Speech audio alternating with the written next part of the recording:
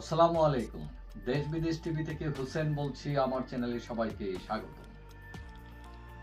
সেনাবাহিনীর সাথে একটি দ্বন্দ্ব তৈরি হয়েছে। এই যে নতুন পার্টি যারা করেছেন, যারা বৈষম্য বিরোধী হিসাবে পরিচিত ছিলেন নাগরিক পার্টি, এখন এই দ্বন্দ্বটা প্রকাশ পেয়েছে। তাদের নেতা হাসনাত আব্দুল্লাহ হঠাৎ করে ফেসবুকে এসে সম্প্রতি বলেছেন যে সেনাবাহিনী সাথে তাদের বৈঠক হয়েছে এবং সিনিয়র কর্মকর্তারা তাদের বলেছেন যে শিরিন শারমিন, যিনি স্পিকার ছিলেন আওয়ামী লীগের, এবং সাবের হোসেন চৌধুরী, তাদের নেতৃত্বে নতুন আওয়ামী লীগ দাঁড় করাতে। এখন এই স্ট্যাটাস দেওয়ার পর রাজনৈতিক অঙ্গন উত্তপ্ত হয়ে গেছে এবং এই নাগরিকরা তারা মিছিল মিটিং করেছে, আওয়ামী লীগকে তারা নামতে দিবে না। অর্থাৎ অনেকটা সেনাবাহিনী কেন বললো এইসব কথা, মানে বলা এটা ভুল করছে তারা। হ্যাঁ, এবং তারা রাজনীতিতে হস্তক্ষেপ করতেছে, এইসব বিভিন্ন কথা বলে সেনাবাহিনীর বিপক্ষে তারা দাঁড়িয়ে গেছে। এখন এই পরিস্থিতিতে সেনাবাহিনী এটার কোনো জবাব দেয়নি, তারা হয়তো অবজার্ভ করছে ব্যাপারটা। এখন গতকাল শনিবার তাদের আরেক নেতা সার্জিস আলম তিনি বলছেন যে সেনাবাহিনীর সঙ্গে অভ্যুত্থানের পক্ষে শক্তির কোনো দ্বন্দ্ব নেই। একটি পক্ষ সেনাবাহিনীর সঙ্গে আমাদের দ্বন্দ্ব লাগানোর চেষ্টা করছে, উঠে পড়ে লেগেছে, তারা অপপ্রচার চালাচ্ছে। সেনাপ্রধানের বিরুদ্ধে আমাদের কোনো অবস্থান নেই। দেশের স্থিতিশীলতার জন্য বিশৃঙ্খলা এড়াতে হবে, কারণ সুষ্ঠু নির্বাচনের জন্য স্থিতিশীল রাজনৈতিক পরিস্থিতি খুবই দরকার। এখন সার্জিসের শেষের কথাগুলো খুবই যথার্থ, কারণ রাজনৈতিক স্থিতিশীলতা ছাড়া নির্বাচন সম্ভবই না, এটা অবশ্যই দরকার। কিন্তু আমি যদি প্রশ্ন করি যে আপনি মৌচাকে ঢিল মেরে কামড়বিহীন স্থিতিশীলতা চাইবেন, তাহলে সেই স্থিতিশীলতা কিন্তু নাও আসতে পারে। এখন আপনাদের কেউ কেউ বলছেন সেনাবাহিনী রাজনীতিতে হস্তক্ষেপ করছে, আপনারা চোখ রাঙাচ্ছেন, আবার বলছেন না আমাদের মধ্যে কোনো দ্বন্দ্ব নেই। তো কথাটা তো এক হলো না, কারণ দ্বন্দ্ব তৈরি হয়েছে বলেই অভিযোগ উত্থাপিত হচ্ছে, চোখ রাঙ্গানি তৈরি হচ্ছে, এবং এই প্রেক্ষাপটটা তৈরি করছেন আপনারাই।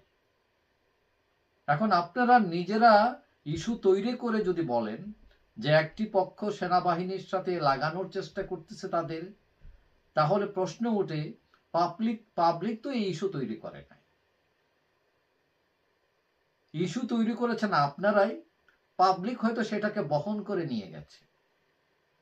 এখন আপনাদের সমস্যা কি? আপনাদের মূল সমস্যা হচ্ছে আপনাদের ম্যাচুরিটির সমস্যা।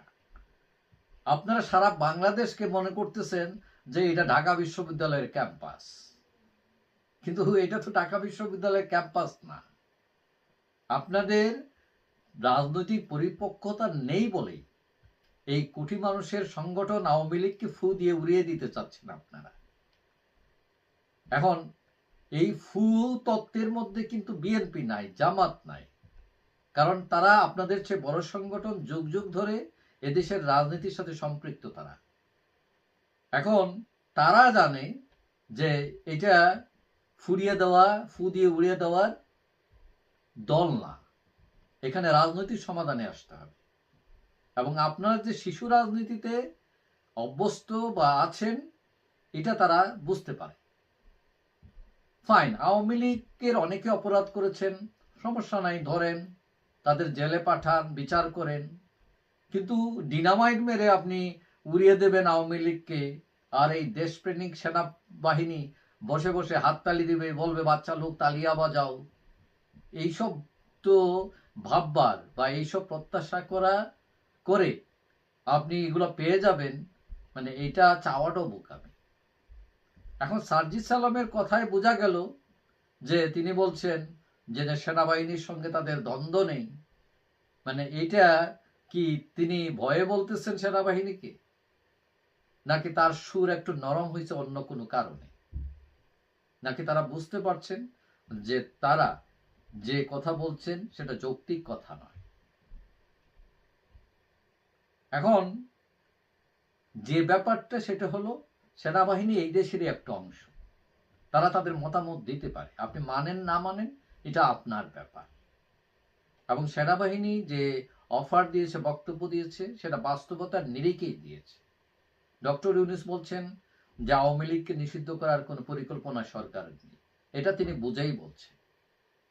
এখন আপনারা আজকের দিকে চোখ রাঙান, ও ভালো না তমুকে, মানে এগুলো যারা, আপনারা তো ফ্যান্টাসি দিয়ে রাজনীতি করছেন। রাজনীতিতে কিন্তু ওইটা সিনেমা হলের ওইটা ফিল্ম না, ফ্যান্টাসি দেখে পাবলিককে আটকে রাখতে হবে এটা না, বাস্তবভিত্তিক চিন্তা দিয়ে রাজনীতি করতে হবে।